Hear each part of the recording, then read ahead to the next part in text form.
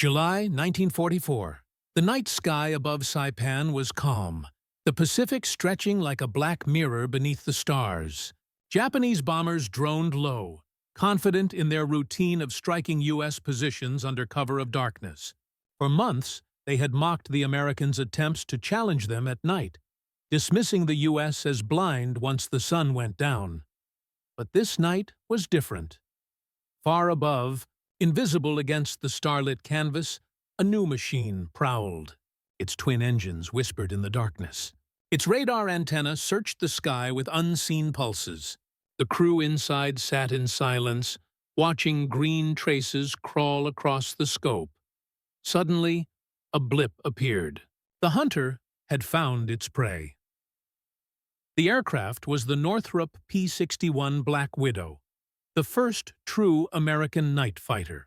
For the first time, Japanese commanders would learn what it meant to be stalked, not by the daylight fighters they had prepared for, but by a predator born of radar and midnight skies.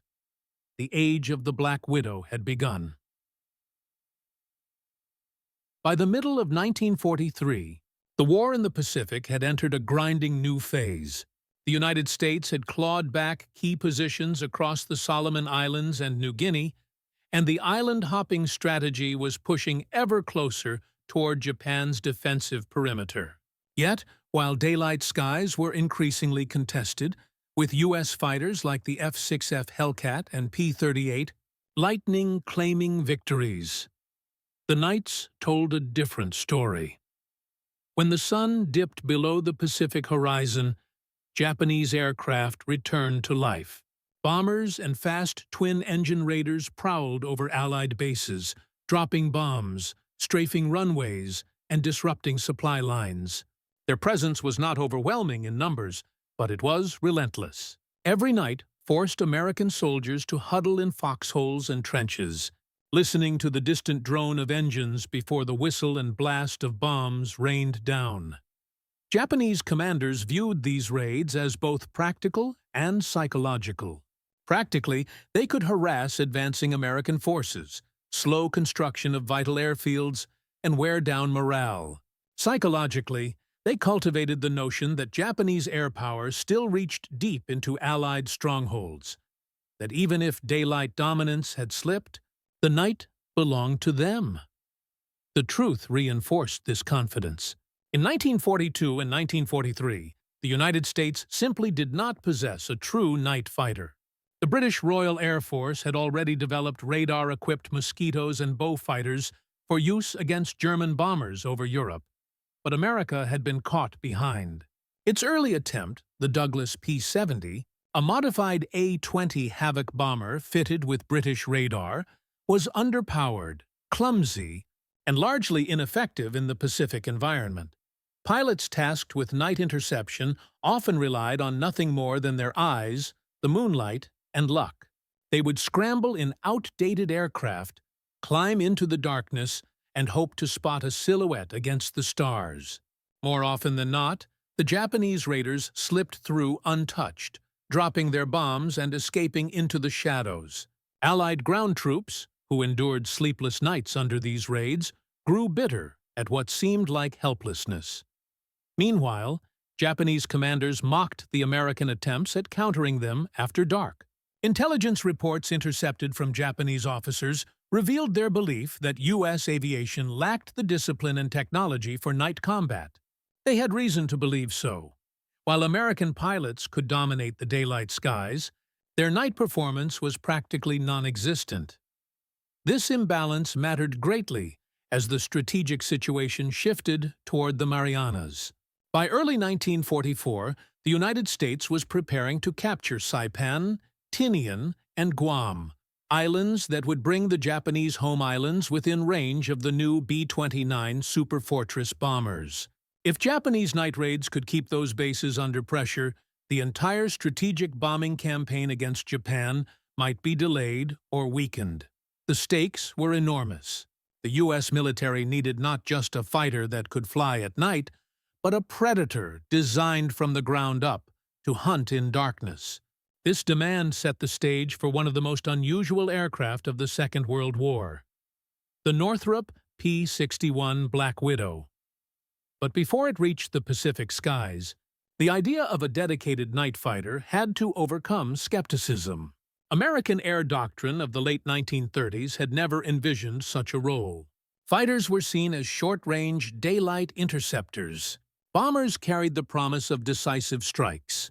Investing in a large, specialized, radar-equipped aircraft was a leap into uncharted territory. And yet, with every Japanese night raid that thundered over Allied lines, the necessity became clearer. That necessity would push Northrop engineers into secretive workrooms, where they began to design an aircraft unlike anything the world had seen before. One with the size of a medium bomber, the armament of a gunship, and the unseen eyes of radar guiding it through the darkness. The Japanese did not yet know it, but the nights they claimed as their own were numbered. The demand for a true night fighter became official in late 1940, when the U.S. Army Air Corps issued a requirement for an aircraft capable of intercepting enemy bombers in darkness, guided not by the pilot's eyes, but by a new and still mysterious tool: airborne radar.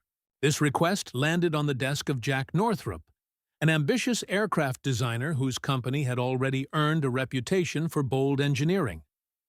Northrop's team envisioned something radical.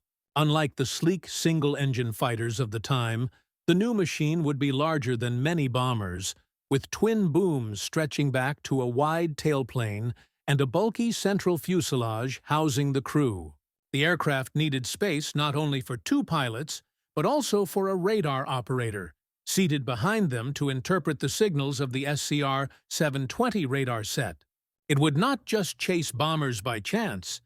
It would hunt them systematically, guided by invisible electronic pulses bouncing through the night sky. The result was the Northrop P-61 Black Widow, named after the venomous spider with its crimson hourglass marking. The symbolism was intentional, a predator lurking in the dark, striking swiftly and fatally when its prey least expected it. The Black Widow's design was a blend of innovation and brute force. 4 20mm Hispano cannons were mounted in the belly, capable of shredding enemy aircraft with a single burst. 4 50-caliber Browning machine guns sat in a remote-controlled dorsal turret, giving it the firepower of a heavy bomber. 2 powerful Pratt & Whitney R-2800 engines drove the aircraft to speeds exceeding 360 miles per hour, while its range allowed it to patrol vast stretches of ocean and island airspace. Yet the most revolutionary feature was its radar. The SCR-720, developed in cooperation with British scientists, allowed the Black Widow to see in total darkness. On a circular screen in the radar operator's cockpit, glowing traces represented enemy aircraft detected miles away. For the first time, American pilots would not need to rely on moonlight or guesswork. They could vector directly toward their quarry, close in unseen, and unleash devastating fire before the enemy even realized they were being hunted. To Japanese commanders, this seemed unthinkable. In their view, night combat was inherently chaotic and unreliable, dependent on luck rather than precision. The Imperial Japanese Navy and Army Air Forces had conducted countless night raids without serious challenge. They mocked American technology as clumsy, and American pilots as too dependent on daylight tactics. Their confidence bordered on arrogance, as reports circulated of Japanese officers laughing at the notion of Americans mastering the night. But the timing was critical. By mid-1944, U.S. forces were preparing for the invasion of the Marianas, a decisive step that would place Japan within range of strategic bombing. The need to shield B-29 bases from night attack became urgent. Every Japanese bomber that slipped through could delay the construction of airfields or destroy precious supplies. The arrival of the P-61 squadrons in the Pacific coincided perfectly with this shift. Though crews were initially untested, their aircraft represented a new chapter in air warfare. They embodied the merger of radar science, heavy firepower, and aggressive training. For the first time, Japanese night raiders would be forced to contend with an opponent that could stalk them invisibly, without the limitations of human eyesight. In the dark skies over Saipan, Guam, and beyond, this imbalance of expectation versus reality would be laid bare. The Japanese, long accustomed to mocking American efforts after sunset, were about to encounter an enemy that could not only find them in the shadows, but strike with overwhelming force. The stage was set for the Black Widow's first hunts. For the crews of the P-61, stepping into the Black Widow was like entering an entirely new world of combat. Unlike single-seat fighters, this aircraft required coordination between three men: the pilot, the gunner, and the radar operator. Their lives depended not only on their own skill, but on trust in each other, and in a machine that often seemed ahead of its time. Training was intense. Radar operators, many of whom had never flown before, were taught to interpret glowing signals on a cathode ray tube, learning to distinguish enemy aircraft from weather echoes, ground reflections, or false returns. Pilots had to adapt to flying almost blind, often relying solely on verbal directions from their radar operator to close in on a target they could not yet see. The gunner, manning the dorsal turret, had to remain alert in case the enemy slipped past. This teamwork demanded discipline and calm nerves. Night flights were exhausting, with long hours spent in the cockpit, eyes straining against darkness while listening for the quiet instructions that would lead them toward a fleeting enemy. The first time a crew saw the silhouette of a Japanese bomber appear suddenly out of the blackness, close enough for gunfire, the reality of their role became undeniable. They were hunters in an unfamiliar dimension of warfare, and the stakes were life or death. The P-61 was not merely a fighter, it was a flying weapons system. Its radar, the SCR-720, could detect targets over 20 miles away and provide range, bearing, and relative altitude.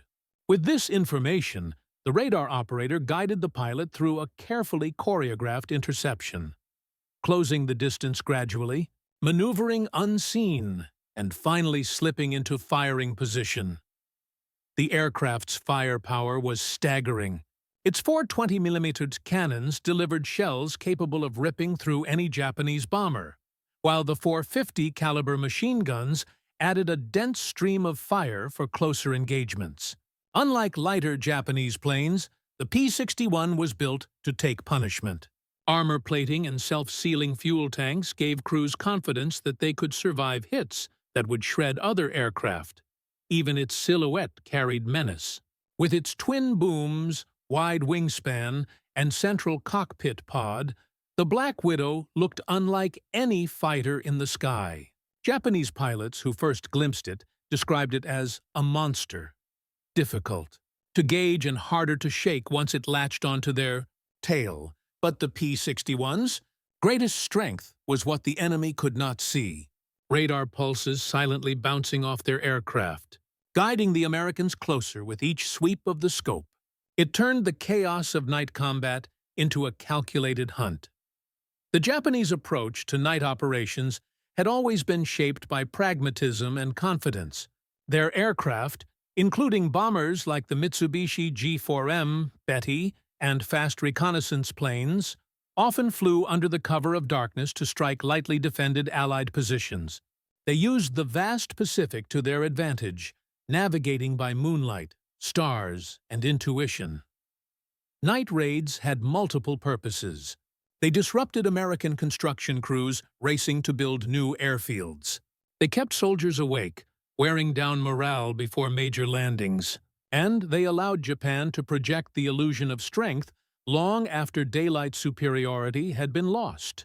To Japanese commanders, the Americans' inability to intercept these raids was a source of pride and derision. Reports captured by Allied intelligence indicated a dismissive attitude. The belief that U.S. pilots lacked the patience and skill for night fighting, and that their technology was too cumbersome to be effective in combat. This overconfidence masked vulnerability. Japanese bombers were lightly built, optimized for range rather than protection. Their defensive armament was often inadequate, their fuel tanks prone to ignition. In daylight, they had already proven devastatingly fragile against American fighters. At night, they relied not on toughness, but on the absence of opposition. What they did not anticipate was that radar would erase that advantage. Where once they could vanish into darkness, they would now be revealed by unseen signals. Their confidence, once a weapon, was about to become a liability. The convergence of these angles. For the men on the ground, the difference was profound. Before the Black Widow, each evening carried dread. Soldiers dug into the beaches and jungles of newly captured islands knew the ritual. Nightfall, the drone of approaching engines, the whistle of bombs, and the uneasy silence afterward. Sleep came in fragments. Morale frayed. When the first reports spread of an American night fighter capable of hunting Japanese raiders, spirits lifted. Even before the P-61 proved itself in combat, the knowledge that something was watching the skies on their behalf restored confidence. On the Japanese side, the psychological impact cut in the opposite direction. Pilots who had once felt untouchable at night now began to encounter tracers suddenly slashing upward from the dark. Survivors reported shock at being intercepted where none had expected resistance. The unseen nature of radar made the experience unnerving, an invisible hand guiding the Americans straight to them. Fear began to replace confidence. Japanese crews shortened their missions, dropped bombs hurriedly, or avoided certain areas entirely. The very darkness they had once used as cover now concealed their hunters. At the heart of this confrontation lay a far larger strategic picture: the B-29 Superfortress campaign. The capture of the Marianas in 1944 allowed the United States to build airfields from which bombers could finally reach the Japanese home islands. But those fields, still under construction, were vulnerable. Every raid risked crippling the infrastructure needed for long-range bombing. The P-61 became central to safeguarding this effort. Its long endurance allowed it to orbit over bases, waiting for incoming raids. Its heavy armament ensured that when it struck, the results were decisive. A single successful interception could save hundreds of men and tons of equipment on the ground. Moreover, the Black Widow's presence forced Japanese planners to reconsider their doctrine. Night raids that had once seemed efficient now carried heavy risks. Each bomber lost was irreplaceable in Japan's shrinking industrial capacity. The psychological edge of harassment dissolved as attrition mounted. Strategically, this meant more than localized defense. It marked the erosion of Japanese air initiative. With daylight already dominated by Hellcats, Mustangs, and Lightnings, and night skies increasingly guarded by the P-61, Japan found itself running out of hours in which to operate freely. Time itself had become America's ally. The first test of the Black Widow came not in theory, but in the humid, tense nights over the Marianas in the summer of 1944. Saipan had just been secured at tremendous cost, and U.S. engineers worked around the clock to turn the island into a forward air base. Japanese raiders knew this, and they struck almost nightly. Their bombers swooped low over construction sites, dropping ordnance in an effort to delay the runway that would soon host the B-29 Superfortress. On July 6, 1944, the 6th Night Fighter Squadron, newly equipped with the Northrop P-61, received its first opportunity. Lieutenant Dale Haberman and his radar operator, Lieutenant Raymond Mooney, lifted their Black Widow into the dark sky over Saipan. It was a baptism of fire for both men and machine. For nearly an hour they orbited, the steady hum of the twin engines blending with the heavy silence of night patrol. Mooney studied his radar scope, tracing faint echoes that flickered and vanished. Then, suddenly, one return grew brighter. A Japanese Mitsubishi G4M Betty bomber, inbound toward the island. Haberman banked smoothly, guided only by Mooney's calm instructions. Turn left, steady, closing fast. The crew never saw their target with the naked eye until they were almost upon it. Out of the darkness, a shadow took shape. Wings, tail, fuselage, silhouetted for a brief instant against the stars. At 200 yards, Haberman squeezed the trigger. 4 20mm cannons erupted, their tracers blazing through the night. The rounds tore into the bomber's fuselage, igniting its fuel tanks in a blinding fireball. The Betty disintegrated in midair, scattering debris into the Black Pacific below. It was the first confirmed kill for the P-61 Black Widow. News spread quickly across Saipan. Soldiers on the ground who had grown accustomed to cowering under night raids cheered at the sight of burning wreckage falling from the sky. For the first time, they felt the reassurance that their nights would no longer be ruled by enemy bombers. For the Japanese, the event was deeply unsettling. Reports filtered back to their commanders that a new American machine, large, fast, and apparently able to find targets in total darkness, had entered the skies. At first, some officers dismissed the claims as exaggeration or coincidence. But as more encounters occurred, disbelief turned to alarm. The P-61 did not operate like the daylight fighters they knew. It appeared suddenly, attacked with overwhelming force, and vanished into the night without pursuit.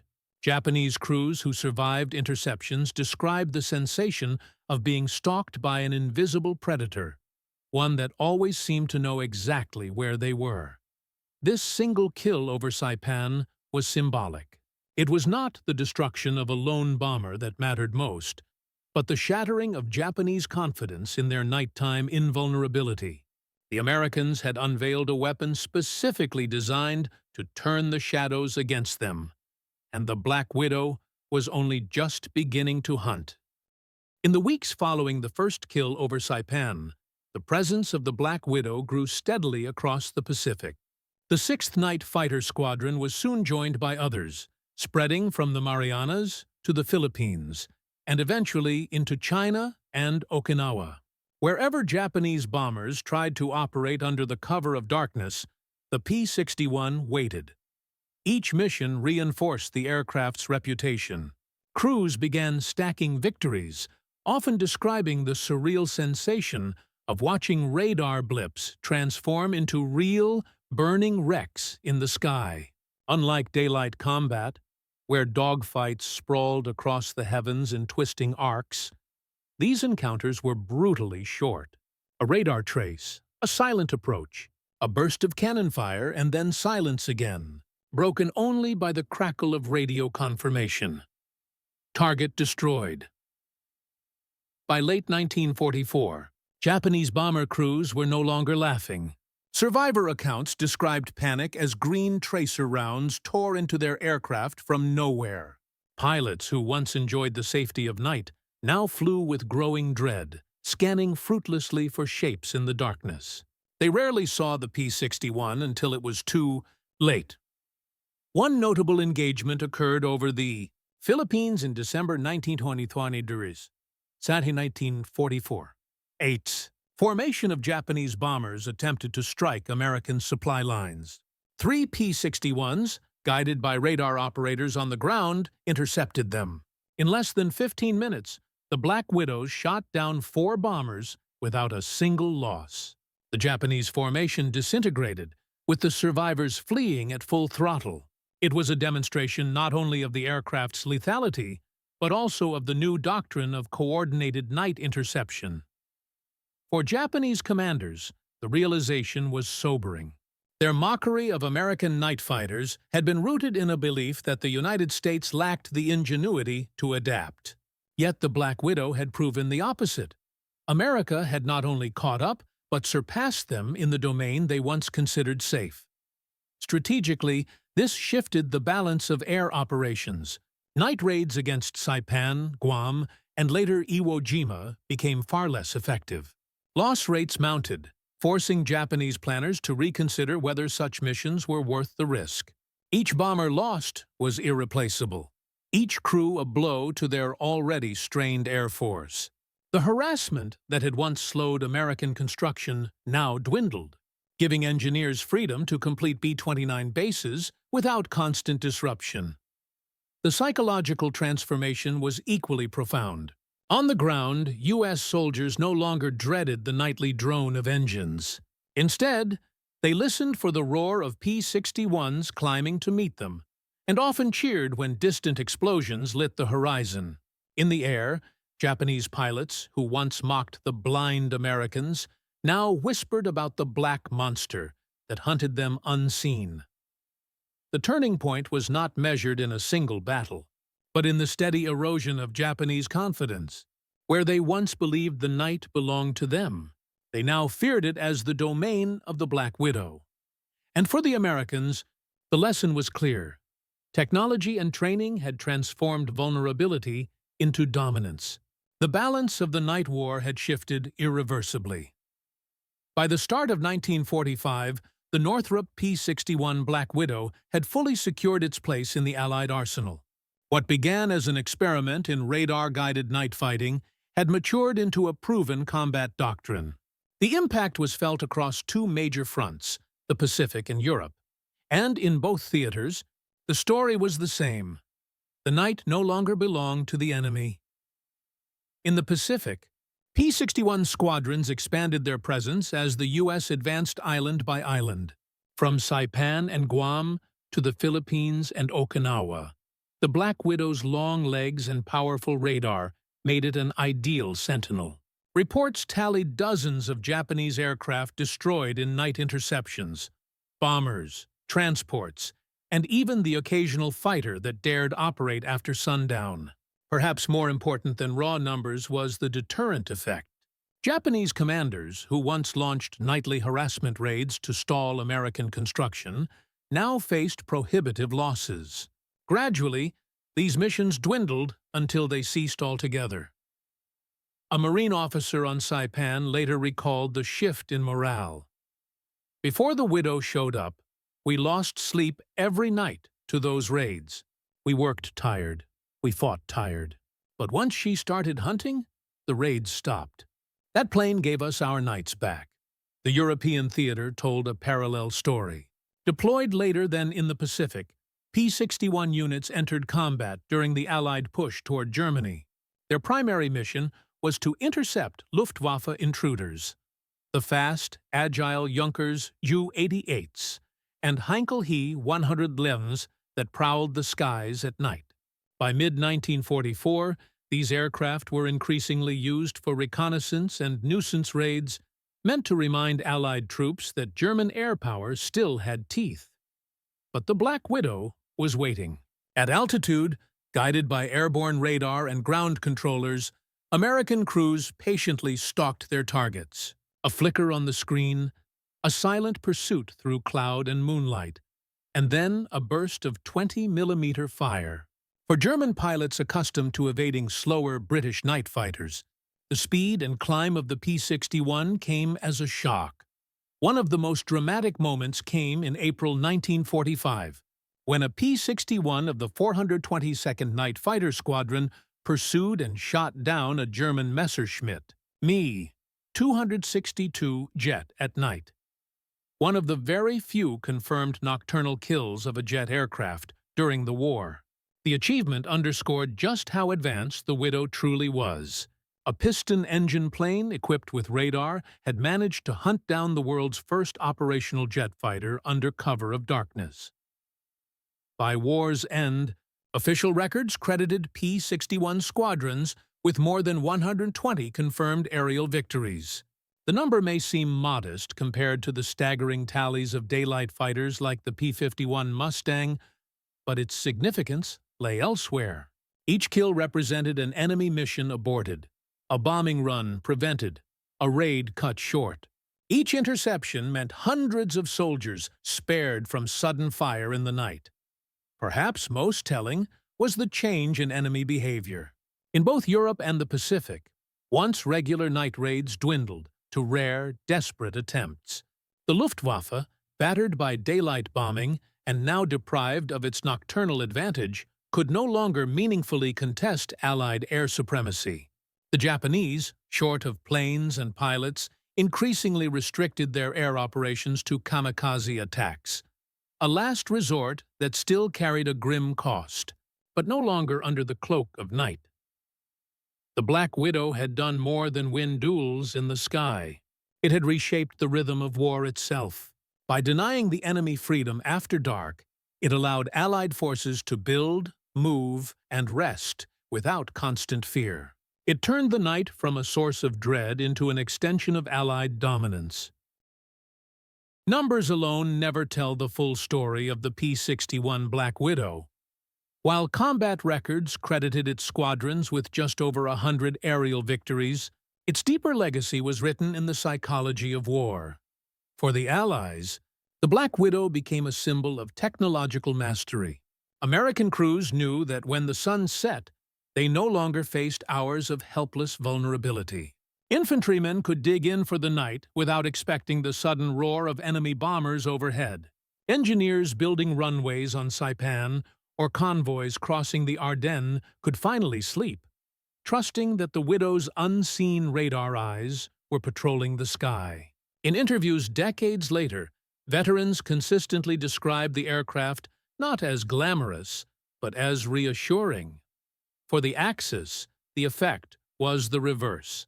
Japanese commanders, once so confident in their nighttime harassment raids, now had to explain to pilots why missions rarely returned. Luftwaffe intruder crews who prided themselves on slipping past British defenses discovered that American radar fighters were faster, deadlier, and waiting. Survivors spoke of the eerie sensation of being hunted by an invisible predator, one they often never saw until tracers lit up their cockpit. Fear itself became a weapon, thinning the resolve of those sent into the dark. Even among Allied air forces, the P-61 set a precedent. Britain had pioneered night interception with the Bristol Beaufighter and the de Havilland Mosquito, but the Widow was the first aircraft purpose-built from the ground up for radar combat. It proved beyond doubt that electronics, not just horsepower and firepower, would decide the skies of the future. The lessons learned from its SCR-720 radar and crew coordination-shaped post-war interceptor design, feeding directly into early Cold War jets like the Northrop F-89 Scorpion and the F-94 Starfire. Yet, the end of the war brought an irony. Just as the Black Widow reached full maturity, its era was closing. Jet aircraft were arriving, faster and more versatile, able to outpace piston-powered designs. Radar technology was shrinking, becoming compact enough to fit inside fighters that needed no dedicated radar operator. The P-61, which had been cutting edge in 1944, was declared obsolete only a few years later. Production halted in 1945 after just 742 units. By 1950, most had been retired from frontline service. Still, for a brief and critical window, the Black Widow had been indispensable. In 1944 and 1945, no other aircraft could have provided the same balance of range, firepower, and electronic vision.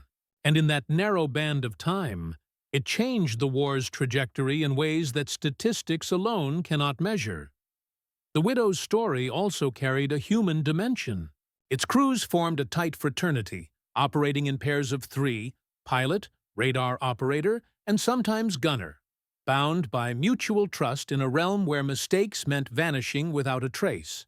Night fighting demanded calm nerves, absolute reliance on instruments, and perfect communication. Veterans later admitted that the psychological strain was immense. Hours of silent hunting, a sudden flash of violence, then darkness again.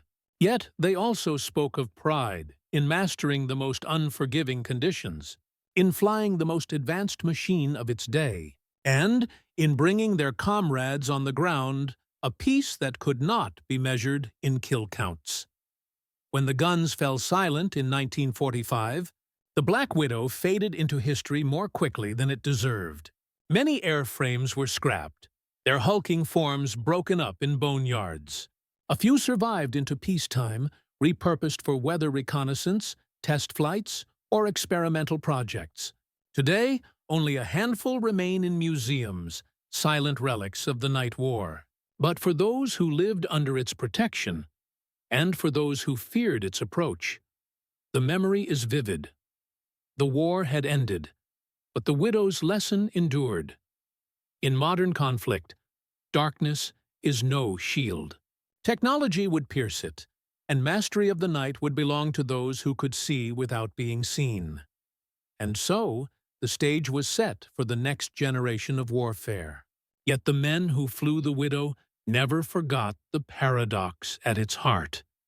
A machine built for hunting in the black sky, remembered most for the sense of safety it gave. War often leaves behind numbers. Sorties flown, aircraft destroyed, tons of bombs dropped. Yet the story of the P-61 Black Widow resists being reduced to a ledger. Its impact lay not only in what it destroyed, but in what it prevented. The raids that never came, the bombs that never fell, the lives that were quietly spared. For soldiers on the ground, the Widow was a guardian they rarely saw but always felt. Its shadow moved silently above them, an unseen shield stretched across the night. For the enemies it hunted, the same shadow became a terror, a reminder that even darkness could no longer guarantee survival. The aircraft itself was a contradiction, brutal in size, bristling with cannons, yet delicate in its reliance on invisible waves of radar. It symbolized a new age of warfare, where human senses were extended by machines, and where technology redefined the ancient cycle of day and night. Its service was brief, overshadowed by the jet age that arrived almost as soon as it was born. But in those final years of World War II, the Black Widow fulfilled its purpose completely. It denied the enemy sanctuary, it gave the Allies rest, and it proved that mastery of the skies required mastery of the unseen. Today, when visitors stand before the preserved airframes in museums, they see a relic, black, angular, imposing. Yet, to those who knew it, the Widow was not just a machine of war. It was a promise that no soldier would face the night alone. The P-61 story is, in the end, a reminder of how history often turns on details hidden in the shadows. Not every victory is written in broad daylight. Some are won in silence, in patience, and in the dark hours when fear is greatest. And sometimes, it is in that darkness that the most profound shifts of war take place. The Black Widow was more than an aircraft. It was a message that even in the deepest night, light could be found.